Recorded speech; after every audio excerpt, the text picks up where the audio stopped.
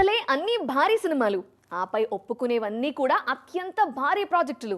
ఒక్కో సినిమాకి అంచనాలు మాత్రమే కాదు, కాంబినేషన్ల రేంజ్ కూడా పెరుగుతూ పోతోంది.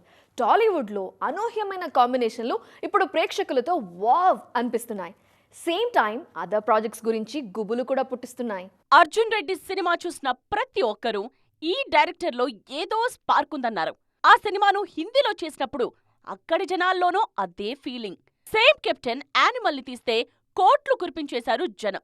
ఓవైపు విమర్శలున్నా సందీప్ గట్స్ ని, మేకింగ్ స్టైల్ ని చూసి ఫిదా కాని వారు తక్కువే. సందీప్ ఇప్పుడు మహేష్ తో సినిమా చేయడానికి రెడీ అవుతున్నారు అన్నది టాలీవుడ్ లో viral news. Mahesh present SSMB 29 లో నటిస్తున్నారు.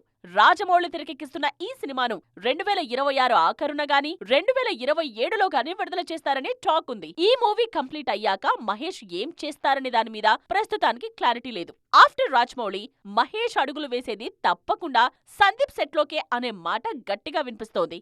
యాక్చువల్గా గతంలోనే ఈ కాంబో క్లిక్ కావాల్సింది. కానీ సందీప్ బాలీవుడ్ లో కబీర్ సింగ్ చేయడానికి వెళ్లారు. మహేష్ ఇక్కడ సినిమాలో బిజీగా ఉన్నారు. సో అప్పుడు కుదరని కాంబో ఇప్పుడు సెట్ అయిందన్నది వార్త. ప్రస్తుతం ప్రభాస్ తో స్పిరిట్ చేసే పనిలో ఉన్నారు సందీప్. ఆల్రెడీ రిలీజ్ చేసిన వాయిస్ గ్లిమ్స్ ఫ్యాన్స్ లో జోష్ నింపుతోంది. నిజానికి స్పిరిట్ తరువాత యానిమల్ 2 సెట్స్ మీదకు తీసుకువెళ్తారన్నది నిన్న మొన్నటిదాకా అందరూ అనుకున్నది. యానిమల్ 2 కి సంబంధించి కొన్ని లైన్స్ సందీప్ చెప్తే గూస్ బంప్స్ వచ్చాయని ఆ మధ్య షేర్ చేసుకున్నారు రష్మిక.